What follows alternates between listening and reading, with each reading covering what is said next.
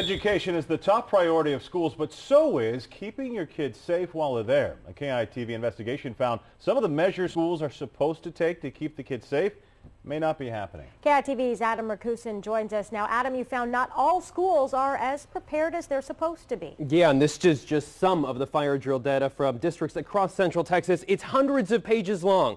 We dug through the numbers and found some schools were playing with fire and not keeping up with safety drills.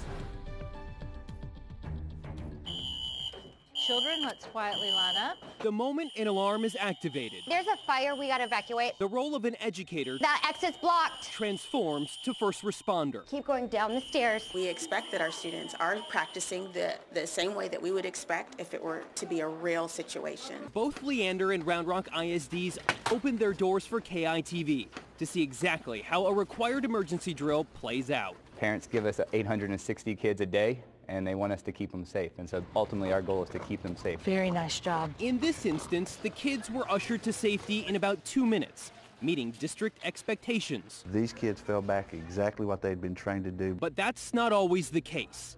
KITV obtained hundreds of pages of these forms containing fire drill information from districts across Central Texas. On average, most schools were perfect, but we also found some in the Pflugerville and Austin independent school districts who completely missed the mark. It's a very involved undertaking. John Gallete is the emergency management coordinator for AISD, overseeing around 1,800 drills in the district per year. Is it acceptable for you if they don't do their required drills? No, absolutely not. It is not acceptable to me at the district level. Out of the 9 yearly required fire evacuation drills, we found these AISD campuses reported completing between 2 to 3 during the 2013-2014 school year.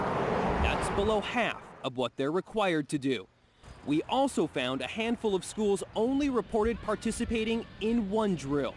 Gallete says ultimately responsibility falls at the district level. In the event that we have a school who for whatever reason did not report the drills but were doing them, because that happens pretty often, or failed to do some drills, we have administrative avenues on the school side of the house to work with those schools to give them more training so they understand what the expectations are. In Pflugerville, during the same year, a few schools only reported participating in 3 of the 9 required drills, also breaking district guidelines.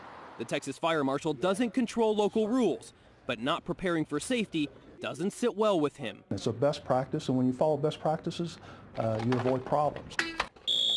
Fire evacuation drills are the most common. For the most part, districts are responsible for designating the number of drills they participate in each school year. They follow the local fire code requirements and school fire exit drill information set out by the state's fire marshal office. For insurance reasons, schools are asked to conduct at least 9 fire evacuation drills each year, 1 per month for each month having 10 or more school days. Primarily, we want it for safety of the children in these schools. Secondarily, there's a benefit to help lower your insurance cost when the city is pursuing that goal. The Texas School Safety Center tries to facilitate emergency drill guidelines for schools, and every 3 years the districts are supposed to self-audit and send over those reports, because mistakes can eventually lead to teachable moments. When we talk to school districts, for example, they'll tell you they want kids to be familiar, they want staff to be familiar with what important protective measures they should take. At AISD, they do have some schools doing more than the required amount of drills. But if expectations aren't being met, the data will be provided to the school board. Our ultimate objective is to make sure that they have a safe learning environment. That means students having safety precautions drilled into their daily routines. We just want them to be as prepared as possible. So if there's ever an emergency, everyone Very nice job. makes it out alive. Okay, let's go back to doing our work.